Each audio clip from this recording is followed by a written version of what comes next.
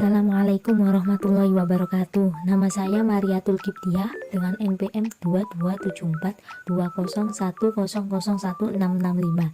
Di sini saya akan menjelaskan hasil dari tugas paper saya untuk mata kuliah Hukum Konstitusi. Pada pembahasan yang pertama adalah latar belakang dari Mahkamah Konstitusi. Mahkamah Konstitusi Republik Indonesia ialah lembaga penting dalam sistem ketatanegaraan Indonesia sebagai peradilan pengawal konstitusi dan demokrasi yang dibentuk untuk menguji konstitusionalitas undang-undang terhadap Undang-Undang 1945. Mahkamah Konstitusi ini didirikan pada tanggal 18 Agustus 2003. Pembahasan selanjutnya yakni mengenai peran penting Mahkamah Konstitusi. Mahkamah Konstitusi memiliki peran sentral dalam menjaga demokrasi di Indonesia. Sejak didirikan, Mahkamah Konstitusi bertugas untuk memastikan bahwa semua undang-undang yang dikeluarkan oleh DPR sesuai dengan Undang-Undang 1945. Proses ini dikenal sebagai judicial review, di mana Mahkamah Konstitusi berfungsi sebagai pengawal konstitusi dan hak-hak warga negara.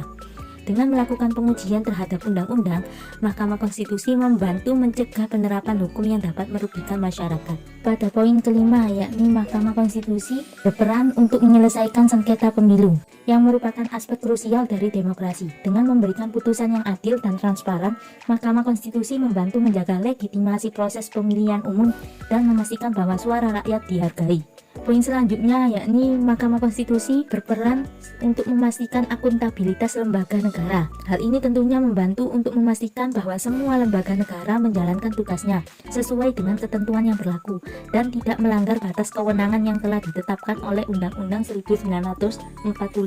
Dengan demikian, Mahkamah Konstitusi berkontribusi pada pengawasan dan akuntabilitas dalam sistem pemerintahan. Poin selanjutnya yakni melalui putusan-putusan yang diambil, Mahkamah Konstitusi mendorong supremasi hukum di Indonesia. Setiap keputusan Mahkamah Konstitusi bersifat final dan mengikat, sehingga wajib dilaksanakan oleh semua pihak. Pada slide selanjutnya yakni akan membahas tentang tantangan-tantangan yang dihadapi oleh Mahkamah Konstitusi. Meskipun Mahkamah Konstitusi telah mencapai banyak keberhasilan, ada juga beberapa tantangan yang dihadapi oleh Mahkamah Konstitusi. Yang pertama yakni keterlambatan proses sidang. Banyak kasus tertunda yang signifikan menyebabkan terganggunya hukum bagi pihak terkait. Poin yang kedua yakni ada implementasi putusan. Banyak keputusan Mahkamah Konstitusi yang tidak dilaksanakan oleh pembentuk undang-undang, yang menciptakan tantangan dalam menyediakan hak-hak konstitusional. Poin yang ketiga ada akses informasi. Pemohon sering kesulitan mengakses dokumen yang diperlukan untuk pengujian undang-undang, sehingga menghambat proses keadilan. Poin selanjutnya yakni adanya tekanan politik. Poin yang terakhir yakni Mahkamah Konstitusi memiliki tantangan terhadap kritik keputusan kontroversial. Beberapa keputusan Mahkamah Konstitusi dianggap tidak konsisten atau kontroversial yang dapat menimbulkan keraguan di kalangan masyarakat mengenai integritas lembaga ini. Baik, untuk slide selanjutnya yakni membahas mengenai implementasi keputusan Mahkamah Konstitusi dan dampaknya. Implementasi keputusan Mahkamah Konstitusi merujuk pada pelaksanaan putusan yang dihasilkan oleh Mahkamah Konstitusi dalam konteks pengujian undang-undang dan penandatanganan konstitusi. Keputusan Mahkamah Konstitusi memiliki kekuatan hukum yang mengikat dan bertujuan untuk menjaga supremasi hukum serta melindungi hak-hak konstitusional warga negara. Adapun bentuk-bentuk implementasi keputusan Mahkamah Konstitusi di antaranya yakni yang pertama berubah legislasi. Sebagian besar keputusan Mahkamah Konstitusi ditindaklanjuti dengan revisi atau pembuatan undang-undang baru.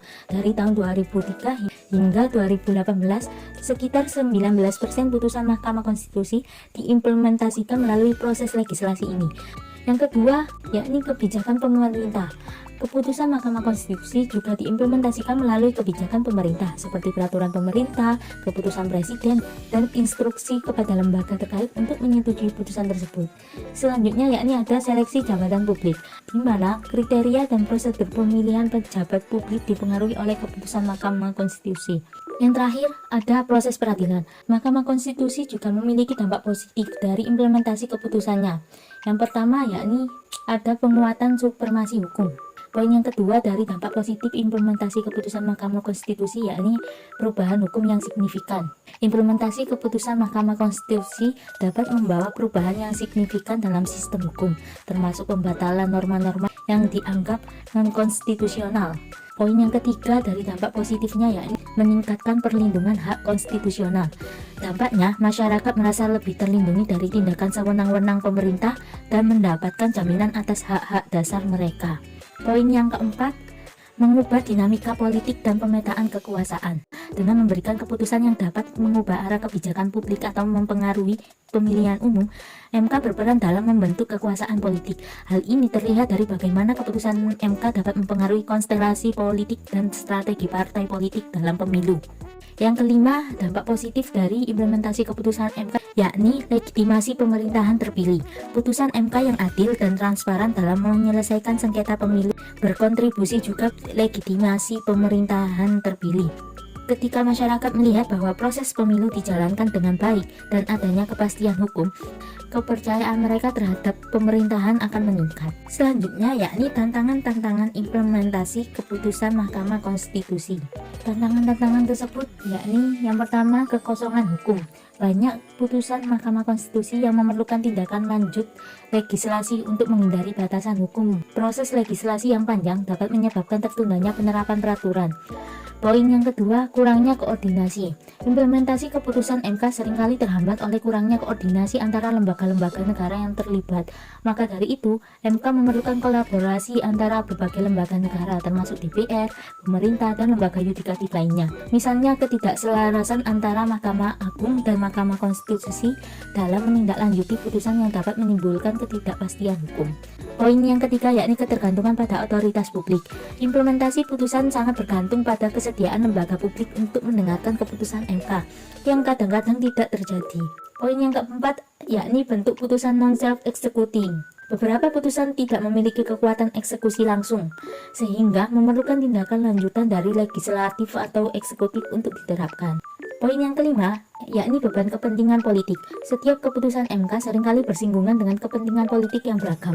Proses implementasi menjadi lebih sulit ketika banyak pihak yang terlibat, terutama pada saat revisi undang-undang diperlukan setelah putusan MK.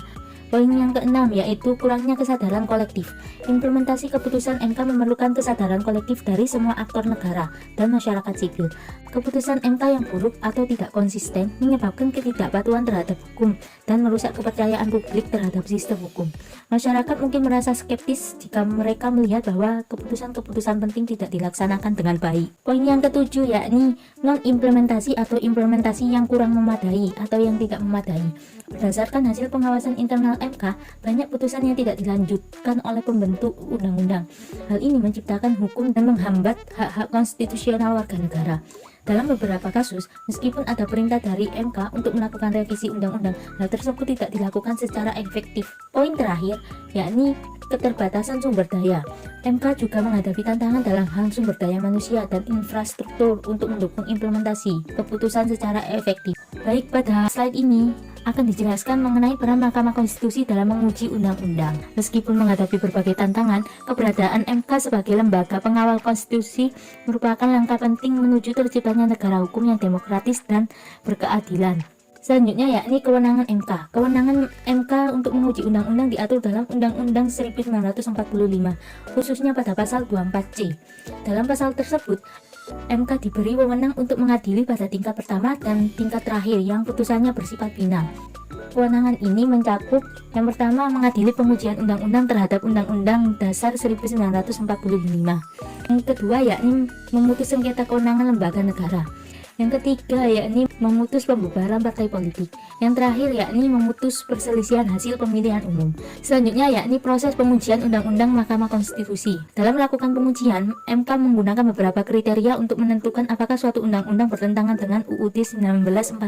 Adapun kriteria yang dimaksud yakni aspek formil, terus ada aspek material. Adapun proses pengujian undang-undang MK melibatkan beberapa langkah. Yang pertama yakni pengajuan permohonan. Pihak yang merasa dirugikan oleh suatu undang-undang dapat mengajukan permohonan kepada MK untuk melakukan pengujian. Permohonan ini harus memenuhi syarat tertentu yang diatur dalam UU Mahkamah Konstitusi.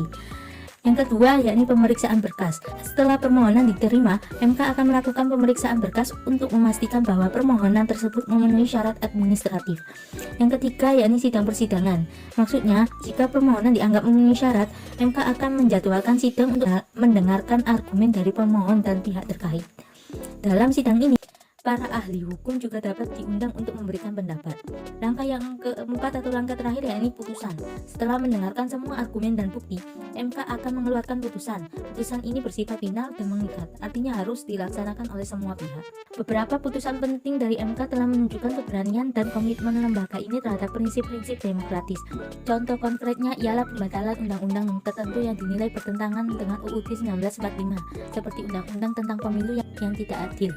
Baik, dari semua penjelasan di atas, dapat disimpulkan Mahkamah Konstitusi Republik Indonesia ini berperan krusial dalam sistem hukum dan tata pemerintahan dengan kewenangan untuk menguji konstitusionalitas undang-undang terhadap UUD 1945. Sejak didirikan pada tanggal 18 Agustus 2003, MK ini berfungsi sebagai pengawal konstitusi dan hak-hak warga negara melalui proses judicial review.